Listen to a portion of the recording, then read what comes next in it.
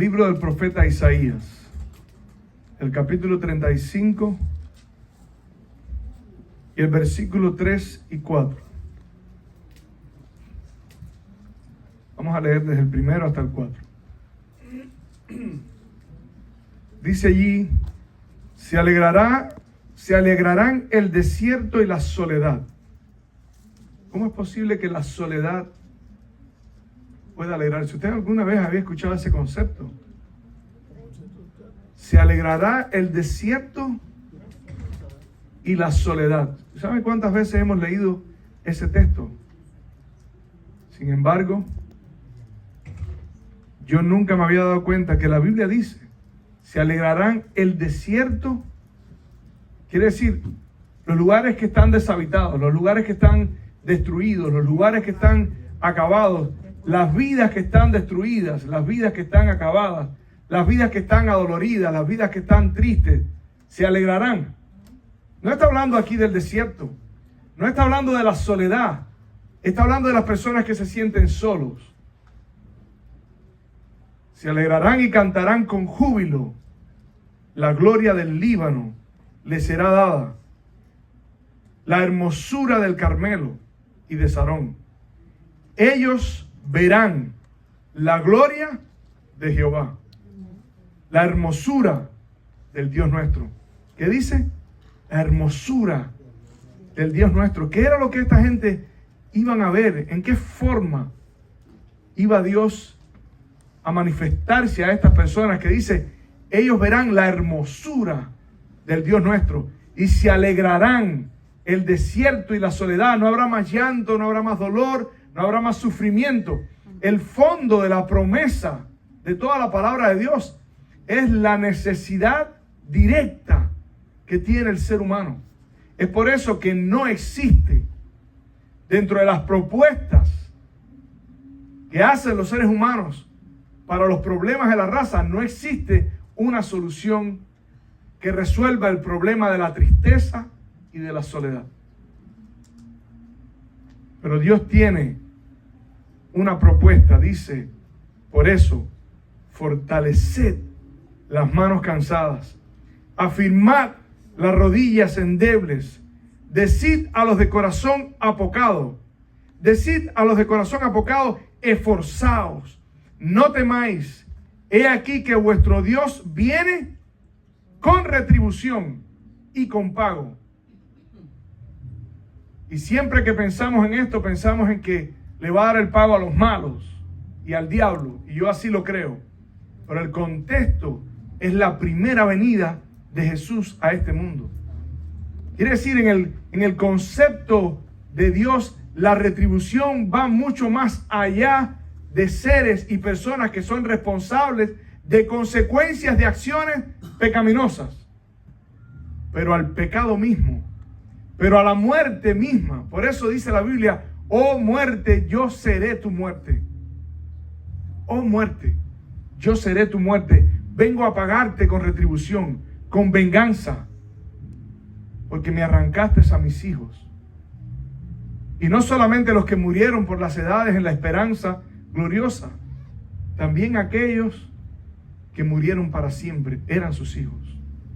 Y la muerte y el pecado los arrebató de su mano para siempre. Por eso dice: decid a los de corazón apocado, esforzaos, no temáis, he aquí que vuestro Dios viene con retribución, con pago. Y ahora el centro del mensaje de esta mañana es esta pequeña partecita. Dios mismo vendrá y os salvará. Amén.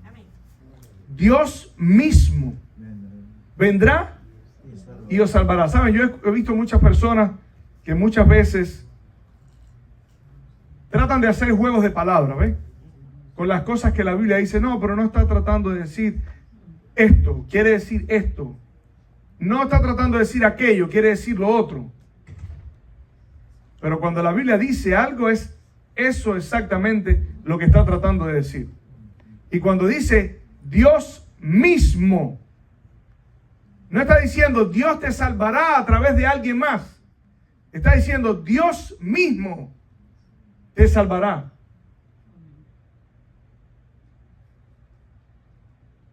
Dios mismo vendrá y os salvará. ¿Saben? Hay mucho... Vamos a tener unas palabras de oración. Un momentico. Querido eterno Dios, gracias por tu palabra. Bendícenos en esta mañana. Te necesitamos. En el nombre de Jesús. Amén. Gloria sea a nuestro Dios. Porque solamente Él merece la gloria. Solamente Él merece la alabanza. Solamente Él merece la honra. Solamente Él merece lo que estamos haciendo aquí en esta mañana. Por eso yo le pido a Dios que en mi debilidad pueda transmitirte como yo lo veo, como yo lo siento, como yo lo entiendo. Que también es limitado, pero aún en mis limitaciones de comprensión es algo inmenso. Y es complicado poder transmitírtelo. Por eso quiero que prestes atención. ¿Sabes? Porque este es el fundamento, este mensaje es el mensaje de toda la palabra de Dios y es el fundamento de la esperanza de los hombres que en otro tiempo pasaron todo tipo de vicisitudes y sin embargo podían permanecer felices. Podían permanecer, como dice Pablo, desde una prisión, estad siempre gozosos. ¿Cómo puede alguien que está preso decir, estad siempre gozoso? ¿Qué fue lo que vieron esta gente? ¿Qué mensaje tenían estas personas? ¿Qué fue lo que estas personas llegaron a creer de todo corazón? ¿Qué fue lo que llegaron a entender que hacía que cuando las circunstancias de la vida, el dolor, la tristeza, la enfermedad, la persecución llegaran a la vida, ellos podían mantenerse gozosos y en la esperanza de la segunda venida de Cristo? Mantener los ojos fijos ahí. ¿Saben? Nosotros vivimos en una cultura donde han tomado dos ilustraciones que son muy típicas y muy características de Cristo y las han convertido en fábulas. Yo estuve buscando hoy algunos dibujos animados que hablasen del príncipe, la princesa y el dragón. ¿Ustedes han escuchado, alguna vez han visto ese tipo de dibujos animados? ¿Usted nunca ha visto un príncipe que entra a un castillo y rescata una doncella? ¿No? Sí lo han visto, ¿verdad? Busquen Google. Eso ya casi no aparece. Ahora, la doncella es amiga del dragón. O sea, es una información transitoria. Y este no es el tema, no quiero entrar en eso, pero es curioso. Pero mientras yo buscaba eso, encontré esta otra referencia. Mensaje subliminal. Sí, es un mensaje directo. ¿Quién es el dragón? Satanás. ¿Y quién es la doncella? La iglesia. ¿Y quién es el príncipe? Cristo. O sea, es algo impresionante, pero han hecho que estos términos se conviertan en fábulas. El príncipe que entra al castillo para salvar a una princesa de algo que nadie lo podía salvar. Una fábula. Eso no es posible. Es un cuento. Cuando usted ve el dibujo animado, usted dice, claro, eso es un cuento. Otra fábula es el príncipe que se esconde entre el pueblo. El príncipe y el mendigo anda. El príncipe verdadero anda entre el pueblo y nadie lo conoce. Nadie sabe quién es. Pero eso es una fábula. Los reyes no hacen eso. Los príncipes no hacen eso. ¿Se dan cuenta del mensaje? Quiere decir, usted desde niño está siendo condicionado para no creer en el mensaje principal de la Biblia. El príncipe que se hace mendigo. El príncipe que se esconde entre su pueblo para ver la condición del pueblo. Una fábula, un cuento. Pero saben, en la segunda carta del apóstol Pedro, quiero invitarles a buscar el versículo 16 del primer capítulo. Segunda de Pedro, capítulo 1, versículo 16. Y Pedro dice claramente, y lo dice también Pablo a Timoteo, pero voy a leerle solamente este. Versículo 16. Porque no os hemos dado a conocer el poder y la venida de nuestro Señor Jesucristo siguiendo fábulas artificiosas, sino como habiendo visto con nuestros propios ojos su majestad. Quiere decir, amén. Quiere decir, Pedro está diciendo, lo que yo les estoy contando, el mensaje que yo les estoy dando, no es una fábula, no es algo artificioso, no es un invento, no es producto de la creatividad humana. Algunas personas dicen que el hombre busca a Dios porque lo necesita. Pero el hombre busca a Dios porque dice la Biblia que tenemos eternidad puesta en nuestro corazón. Aún con esta naturaleza caída, sentimos la necesidad de algo que sea real. Alguien que venga y nos salve. Eso es otro mensaje que están poniendo mucho hoy. Alguien que viene de otros planetas a salvarnos y no precisamente Cristo. ¿Cuántos han visto la historia de Superman? ¿Ven? Algo imposible. No existe un ser, según lo que estamos viendo, toda esa imagen no existe, es solamente una película. Y es exactamente la historia, es un paralelo con la historia de Jesucristo. Pero la Biblia dice, este mensaje que yo te estoy dando, y es lo que quiero que entiendan, por eso puse ese versículo en el centro. El mensaje de Jesucristo no es una fábula. El mensaje de Jesucristo no es producto de la imaginación. Está escrito en lo más profundo de nuestro ser, en nuestra propia necesidad. El texto de hoy dice, Dios mismo te salvará. Dios mismo, cuando tú estás pasando por problemas, escúchame, es Dios mismo aquel a quien tú puedes extender la mano. Cuando tú estás pasando por dolor, por tristeza, por enfermedad, cuando sientes que todo está perdido, cuando tú sientes que sientes una especie de claustrofobia en la vida porque no tienes para dónde ir, como si estuvieras trancado en una situación que no te deja salir a encontrar una solución, escucha, Dios mismo te salvará.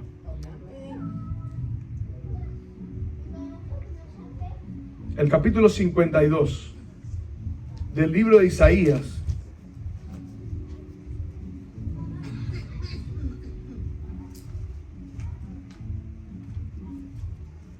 pone un elemento más a la idea de lo que les quiero presentar hoy. Dice ahí el versículo 6, por tanto, mi pueblo sabrá mi nombre por esta causa en aquel día. Porque yo mismo que hablo, he aquí que estaré presente. ¿Cómo dice? He aquí, yo mismo que hablo, estaré presente. Y es curioso porque en Malaquías capítulo 3, versículo 1, Malaquías 3:1, y pueden ir buscando también Isaías 40.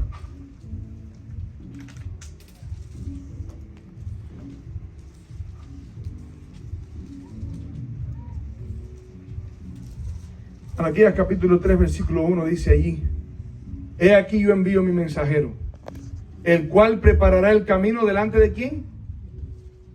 ¿Qué dice? He aquí yo envío mi mensajero, el cual preparará el camino delante de ¿quién? De mí. ¿Quién está hablando?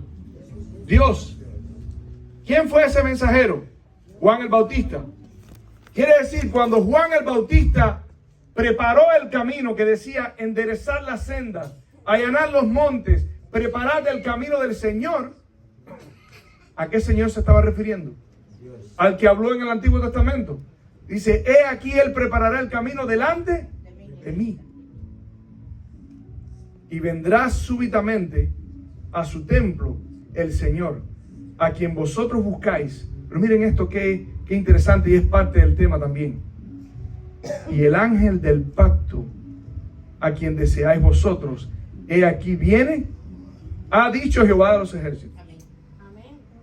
El ángel del pacto. Saben que es hermoso este tema, porque este tema describe los diferentes nombres a través de los cuales Jesús se presenta a lo largo de su ministerio en el Antiguo Testamento. Y dice, delante de mí preparará el camino, y yo soy el ángel del pacto, a quien vosotros deseáis. Isaías capítulo 40. Dice allí, 40, versículo 3 al 5.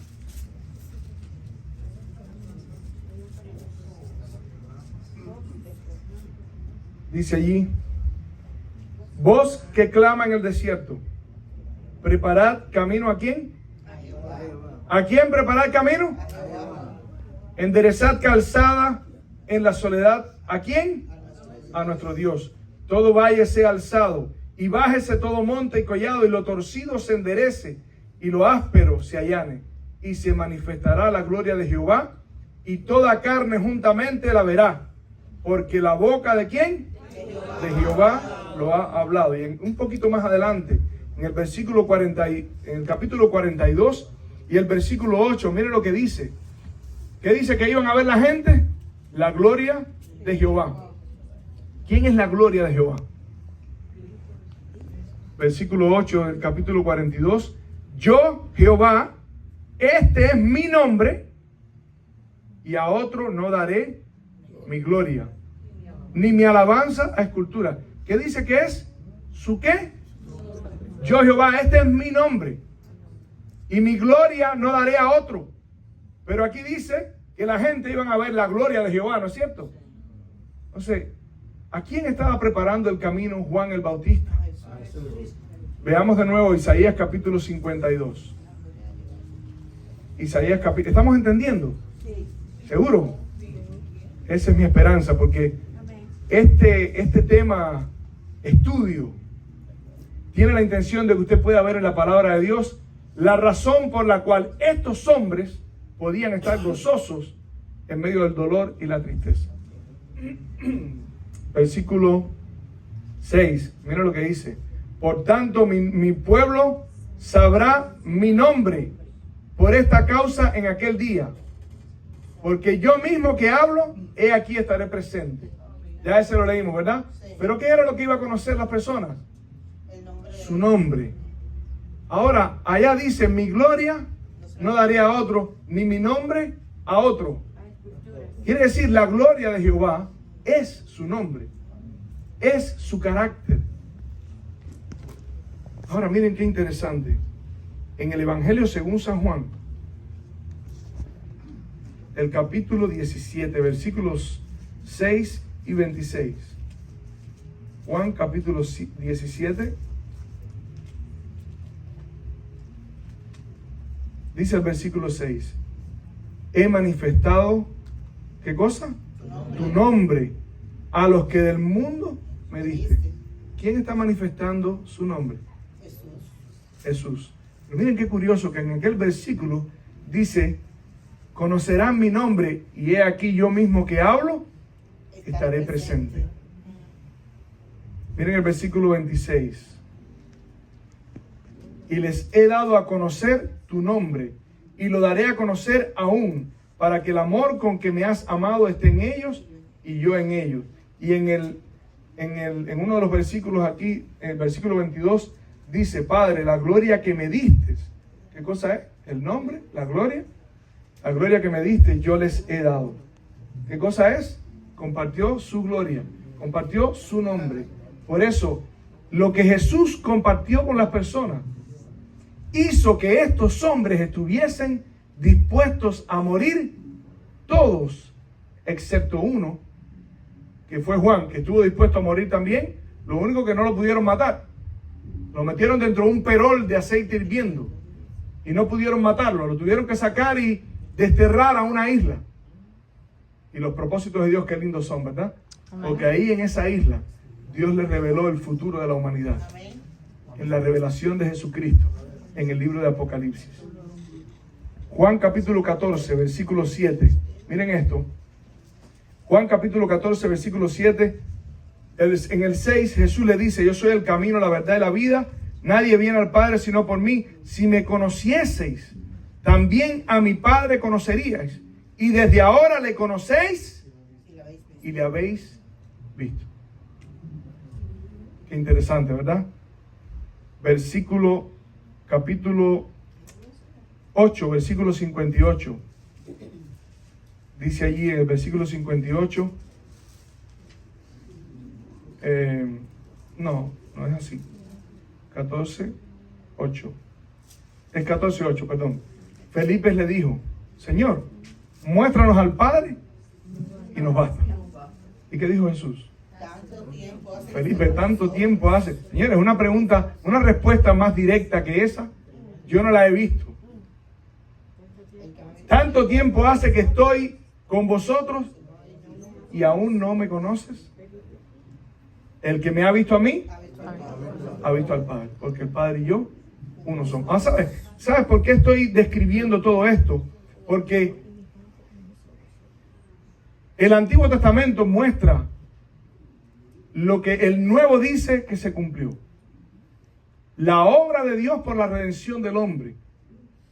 Y ahora, nosotros podemos encontrar a Jesús en el Antiguo Testamento vinculado directamente con el problema de la raza humana.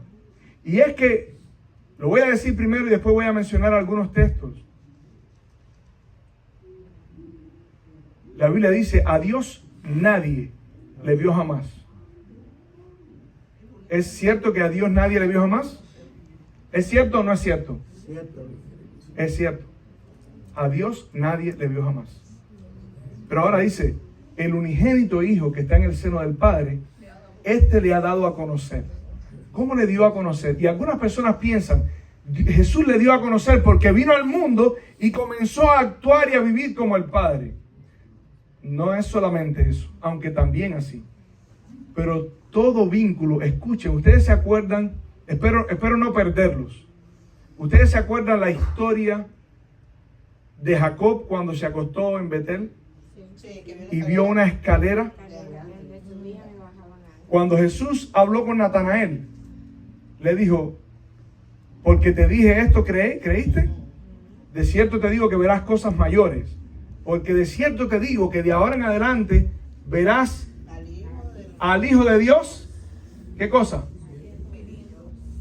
¿No? Ángeles descendiendo del cielo a la tierra por el Hijo de Dios. ¿Qué estaba diciendo Jesús? Yo soy la escalera. Yo soy el puente. Yo soy el vínculo. Y fíjense, aquí estoy diciendo dos cosas. Una, estoy diciendo Jesús es el Salvador, Jesús es el vínculo, Jesús es la respuesta, pero estoy diciendo más que eso. Estoy diciendo Dios mismo se hizo hombre para rescatar al hombre. Cuando Pedro habló a los fariseos, le dijo: ustedes mataron al autor de la vida.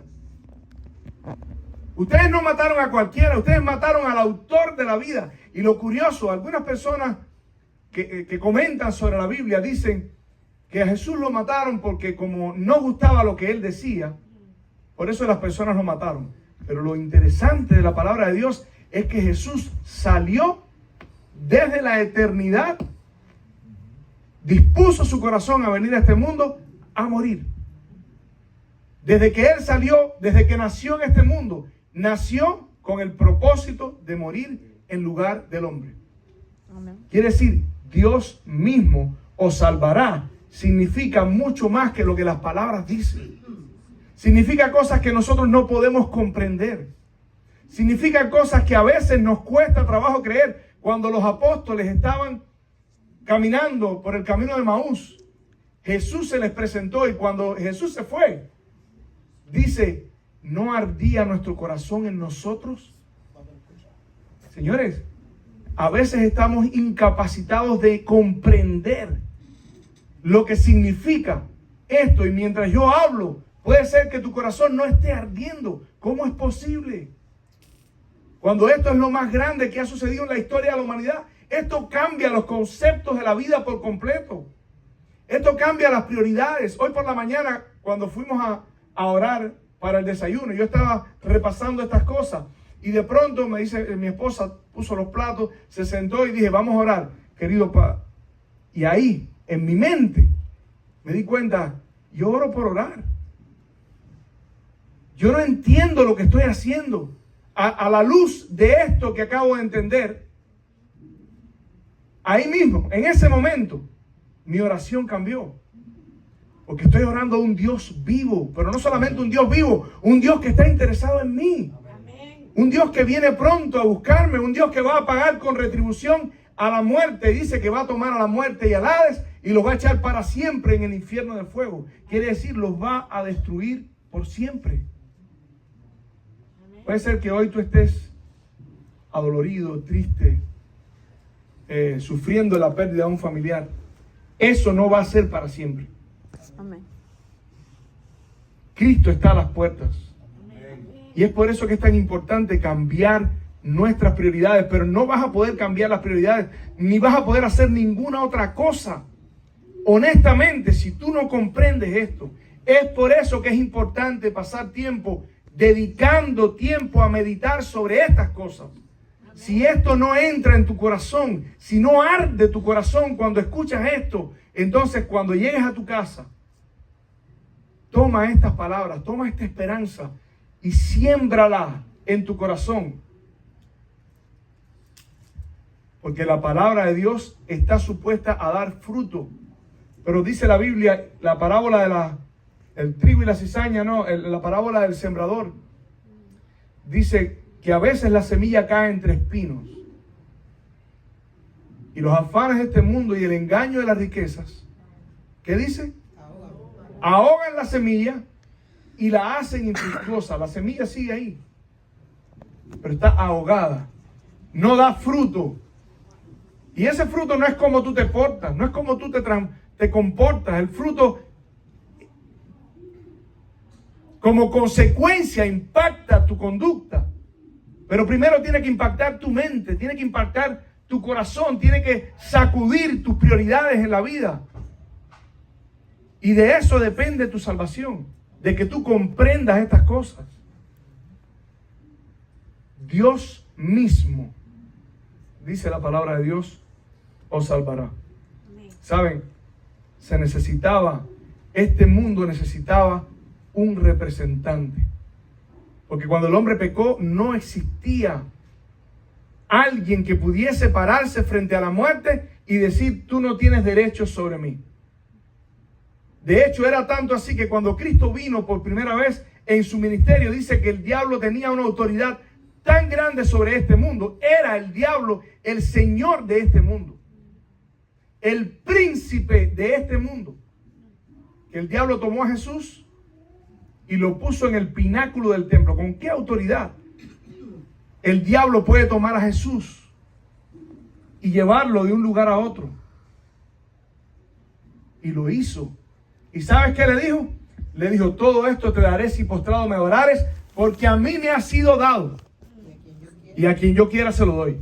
¿Tenía razón? Sí, porque la Biblia dice que aquel que es vencido es hecho esclavo del que lo venció. Y el diablo venció a Adán. Y a partir de ese momento, el diablo se convirtió en el señor de este mundo y Adán en un esclavo. Pero la palabra de Dios había dado una promesa. Enemistad pondré entre ti y la mujer, entre tu simiente y la simiente suya. Esta te herirá en la cabeza, sí, te va a hacer sufrir. A Jesús y a ti también. Porque dice que se va a hacer guerra contra el resto de la descendencia de los santos. En el mundo tendréis aflicción, sí, pero confía. Porque yo, ¿quién? Yo mismo, dice Jesús, he vencido al Padre, a este mundo. Yo mismo te salvaré. Yo mismo os salvaré. Por eso en Isaías capítulo 6, dice, capítulo 9, versículo 6. He aquí un hijo nos es nacido. ¿Cómo dice? No teníamos representante, ¿verdad? Ahora lo tenemos. ¿Qué hiciste tú para tener representante? ¿En qué participaste para tener representante? ¿Dónde estabas tú cuando Dios determinó venir a este mundo? Para salvar a la raza, para recuperar este planeta, para recuperar el reino de este mundo y traerlo de vuelta al reino de Dios. Nada hiciste. Pero no lo necesitabas. Porque Jesús creó un plan. Y yo a veces he estado pensando, esto es una completa especulación. No sé por qué razón me vino a la mente que este fue su plan. Me vino así a la mente por una canción que escuché, creo, de Steve Green, donde dice, The Father unfold on his plan. O sea, fue algo así como, todo se puso en su plan, en el plan del Hijo, que dijo, yo voy. Y vino a este mundo totalmente consciente de a qué vino. Por eso cuando lo rechazaron, él seguía. Cuando lo maltrataban, seguía. Cuando estaba sufriendo por la culpa del mundo, en Getsemaní, que dice la Biblia que sudó grandes gotas de sudor, de sangre. Su sudor era como grandes gotas de sangre. El sufrimiento era tan grande que las pequeñas venas que hay en la piel se reventaron de sufrimiento. Un hijo nos es nacido, un hijo nos es dado. Pero miren ahora lo que dice: el principado sobre su hombro. ¿Quién era el príncipe de este mundo? El diablo. ¿Y ahora quién es? El príncipe. Por eso usted encuentra en el Antiguo Testamento una serie de nombres de un ser que, aunque tiene diferentes nombres, usted se da cuenta que recibe el mismo respeto. El ángel de Jehová. Usted encuentra a Jehová, que recibe la oración de Abraham, pero después encuentra al ángel de Jehová recibiendo la misma oración. Es más, el ángel de Jehová dice: yo fui el Jehová que te habló anteriormente. Gracias no, por cuanto no me rehusaste. ¿Se apagó esto? Por cuanto no me rehusaste, ¿qué cosa dice? A tu hijo, a tu único. ¿Y quién lo dice? Jehová, no. Lo dice el ángel de Jehová. Y además dice: yo te bendeciré, he prometido. Miren esto, este texto lo encontré en las Escrituras, estudiando otra cosa. Dice: por mí mismo he jurado. Quien jura es el ángel de Jehová. Sin embargo, cuando Pablo en Hebreos está hablando de este texto, de ese mismo texto donde el ángel de Jehová dice: por mí mismo he jurado, Pablo dice: como no había otro más grande, Dios juró por sí mismo. ¿Quién juró? Dios. Por mí mismo he jurado que en tu simiente, en tu simiente serán benditas todas las naciones de la tierra. Ese texto dice lo mismo que el otro texto. Dios mismo te salvará. Él mismo vendrá a buscarte. Y encontramos el ángel de Jehová, el ángel del pacto. Usted encuentra al ángel de Jehová que le dice a Moisés: quítate las sandalias de tus pies, porque el lugar donde estás santo es. Pero después encuentras a Josué, que se encuentra a un ser majestuoso con una espada desenvainada y le dice: ¿y tú quién eres? ¿Eres de los nuestros? Tremendo. ¿Eres de los nuestros o eres de los enemigos? Y le dice: no, yo soy el príncipe de los ejércitos de Jehová. Quítate las sandalias, que el lugar donde estás santo es. ¿Por qué era santo? Porque Jehová estaba ahí. Porque Jehová estaba ahí. Y el santo es quien hace santo el lugar. Este lugar no es santo. Es santo cuando Jehová mora en él. Por eso este lugar es santo. Por supuesto es santo. Pero esa es la razón por la que es santo. El príncipe de los ejércitos de Jehová, el príncipe del pacto, dice Daniel. El príncipe que está de parte de los hijos de tu pueblo, Miguel. ¿Quién es Miguel? El cual es como Dios. Micael. ¿Qué significa Micael? Que es como Dios. No, arcángel, arcángel es jefe, tiene razón, jefe de los ángeles. Micael, el cual es como Dios, el cual es Dios. Por eso Filipenses dice, el cual siendo en forma de Dios no estimó el ser igual a Dios como cosa que aferrarse, sino que se despojó a sí mismo. Familia, lean la historia de la Biblia y verán cómo Jesucristo se despojó a sí mismo.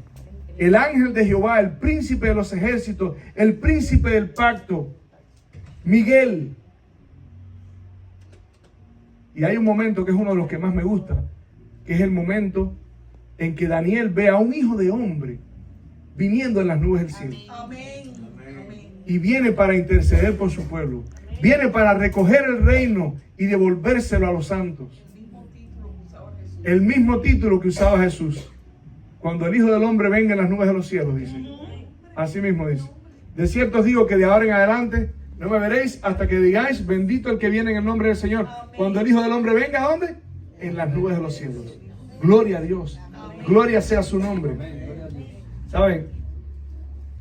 El sacrificio de Jesús es algo que a veces se discute. Yo estuve hablando con un muchacho la semana pasada, el sábado de la semana pasada, y me dijo, ¿cuál fue el sacrificio de Cristo? ¿Morir sabiendo que iba a resucitar? Y yo le expliqué algo que yo creo que a él lo impactó. Porque mientras yo explicaba, a mí mismo me impactó. Amén. Y por eso estoy hablando de este tema. Amén. Él está diciendo, el sacrificio de Jesús fue mucho más allá que eso. Jesús no sufrió en la cruz. Más de lo que sufrió en Getsemaní. Jesús estaba sobre la hierba fresca, de noche, sin calor, recostado, no estaba haciendo esfuerzo físico. Y ahí, dice la Biblia, que su sudor fue como grandes gotas de sangre. Dice Jesús, esta es la potestad de las tinieblas. Esta es la hora de la potestad de las tinieblas. Y Elena White dice que el Hijo de Dios fue entregado a la potestad de las tinieblas. Quiere decir, el sacrificio de Jesús fue muchísimo más allá de la crucifixión. Si Jesús hubiese sido su sacrificio solamente la cruz, muchos santos sufrieron más que él. Murieron aserrados, dice Hebreos capítulo 11, apedreados, despedazados por las fieras, quemados, crucificados por días enteros, los dejaban ahí. Sin embargo, la muerte de Jesús, su sacrificio, fue por la culpa tuya. ¿Sabes qué mató a Jesús? Tu culpa. ¿Sabes qué mató a Jesús? El dolor que produce la separación del Padre. Jesús hizo un sacrificio infinito que solamente Dios puede comprender. El cielo dio lo más grande que tenía. Y no vamos a poder entender eso nunca. La eternidad solamente podrá ayudarnos a entender. Jesús se hizo hombre. Primer sacrificio, se hizo hombre. Que el primer sacrificio después que nació. Antes de eso, y de esto voy a hablar al final, el sacrificio que Cristo hizo desde Génesis, desde que se registra en Génesis, lo voy a decir al final, para que podamos entender. Se hizo hombre, vivió como hombre, murió, resucitó. Ya saben que pagó por la culpa. Segundo sacrificio. La culpa del mundo estaba sobre él. Tanto así que la Biblia dice que su corazón se partió. ¿Saben cómo sabemos que se partió? Porque eso es lo que pasa cuando una persona tú lo pinchas y suelta sangre con agua después de la muerte. Eso es lo que pasa. Hasta Pilato se asombró. Pilato dijo, ¿tan rápido se murió? El otro sacrificio que Jesús hizo, ¿sabes cuál fue? Jesús va a permanecer siendo hombre por la eternidad.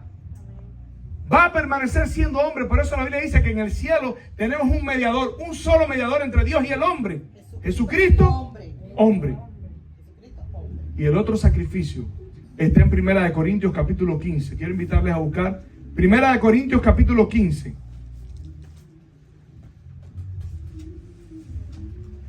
Y mira lo que dice allí, versículo 26.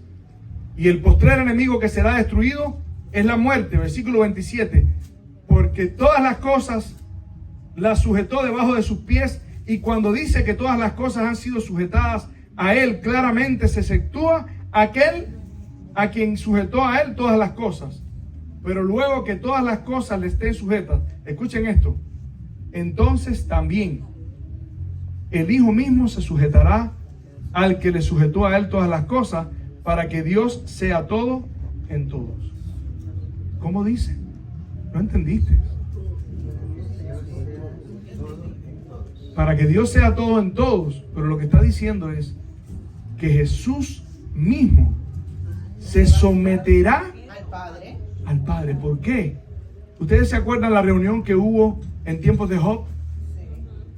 Donde los hijos de Dios vinieron delante de Dios. Cuando Jesús nació, dice, el santo ser que nacerá será llamado, ¿qué cosa? Hijo de Dios. Hijo de Dios. ¿Qué cosa significa ser hijo de Dios? Porque a veces pensamos que ser hijo de Dios es porque Jesús fue creado. Pero lo que eso significa es que Jesús, escuchen esto, va a ser por la eternidad, y esa es la razón del sacrificio. Por la eternidad Jesús va a ser uno de esos hijos de Dios que estaba en ese concilio donde el diablo se presentó como el príncipe de este mundo. Él se presentó como el Hijo de Dios, que era representante de este mundo. Por eso tenía acceso al concilio celestial. Pero ahora Jesús es el Hijo de Dios, representante de este planeta, que ocupa el lugar que ocupaba Adán, hijo de Dios. Cuando usted lee la genealogía, dice fulano hijo de Ciclano, Ciclano hijo de Mengano, Mengano hijo de Consultano, no sé cuántos tanos hay por ahí, pero cuando llega Adán, dice Adán, hijo de Dios. Ese lugar le correspondía ¿a quién? A Adán. No al diablo, pero aquel que es vencido es hecho esclavo del que lo venció. Por eso Jesús es el primogénito. Por eso Jesús es el principal. Y la palabra primogénito en realidad debería ser principal. Está mal traducido. Ahora quiero terminar con esto. Isaías capítulo 53.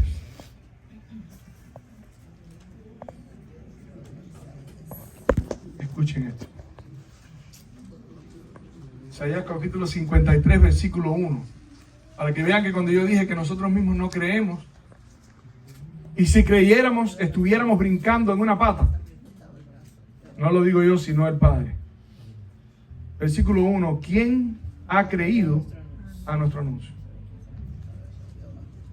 Y yo estoy seguro de que está diciendo esto en referencia a que nadie quiso creer esto. Porque cuando habla en el Evangelio según San Juan, dice, por esto no podían creer, porque así estaba escrito. ¿Quién ha creído a nuestro anuncio? ¿Y sobre quién se ha manifestado el brazo de Jehová? No hay justo ni uno, no hay quien entienda, no hay quien busque a Dios, no hay quien haga lo bueno.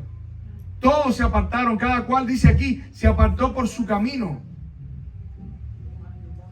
Mas Jehová cargó en él el pecado de todos nosotros. Mira lo que dice, señores, ¿quién iba a creer esto? Por eso hasta cierto punto Jesús dijo, Padre, perdónalos porque ellos no saben lo que hacen. ¿Ustedes creen que ellos estaban entendiendo que este realmente era el Dios eterno? No, ellos no estaban entendiendo eso. Por eso lo mataron, porque Jesús decía, yo soy. Antes que Abraham fuese, yo soy. Por eso lo mataron. Porque no creyeron, no podían creer. Por eso Pablo dice, no podían creer porque escrito está. ¿Quién ha creído a nuestro anuncio? Pero además, señores, pónganse a pensar. Estas historias del principio son fábulas. ¿Por qué son fábulas? Porque está hablando de cosas increíbles. Solamente nuestro Dios puede certificar una cosa como esa. Por eso este mensaje es lo más grande. Dice aquí, voz de atalaya, alzarán voz, juntamente darán voces de júbilo. Cantad alabanza. Cuán hermosos son los montes, sobre los montes, los pies de los que traen alegres nuevas, del que anuncia la paz, del que trae nuevas del bien, del que publica salvación, del que dice a Sión, tu Dios reina. Y escuchen esto ahora, cómo se asombraron, dice el versículo 14. Señores, estaba escrito. Cómo se asombraron de ti muchos. De tal manera fue desfigurado de los hombres su parecer y su hermosura más que la de los hijos de los hombres. Y aquí con esto quiero cerrar. Escuchen ahora. ¿Qué fue lo que leímos al principio? ¿Se acuerdan de lo que leímos al principio? ¿Qué era lo que los hombres iban a ver? La gloria de Jehová. ¿La qué? La hermosura del Dios nuestro. ¿No? ¿No dice la hermosura del Dios nuestro? ¿Cuál es esa hermosura? ¿Sabes cuál es? Filipenses capítulo 2. Que Dios se despojó de toda su gloria, de todos sus atavíos, de todo lo que Dios era, se despojó. Por eso miren lo que dice, cómo se asombraron de ti muchos, de tal manera fue desfigurado de los hombres su parecer y su hermosura. ¿No iban a ver la hermosura de nuestro Dios? Ahora dice aquí, su hermosura fue desfigurada más que la de los hijos de los hombres. Por eso el versículo 2 dice, subirá con el renuevo delante de él y como raíz de tierra seca. No hay parecer en él ni hermosura. Señores, ¿la Biblia se contradice? No, es que su hermosura no era la gloria. Su hermosura era el amor. Lo que Cristo estaba dispuesto a hacer por ti. Esa es su hermosura, dispuesto a sacrificarse a sí mismo. Por amor a ti. A despojarse. Esa es la hermosura de Dios. No es la gloria, no es el esplendor, no es el dinero, no es la riqueza, no es los poderes. Es su carácter. Por eso es que Dios iba a dar a conocer su nombre. Y su nombre es su carácter. Cuando se le habló a Moisés, dice, Señor, muéstrame tu gloria. Y si yo voy a pasar mi gloria delante de ti. ¿Y qué le dijo? Su carácter. Jehová, Jehová fuerte, misericordioso, piadoso, tardo para la ira, grande en misericordia y verdad.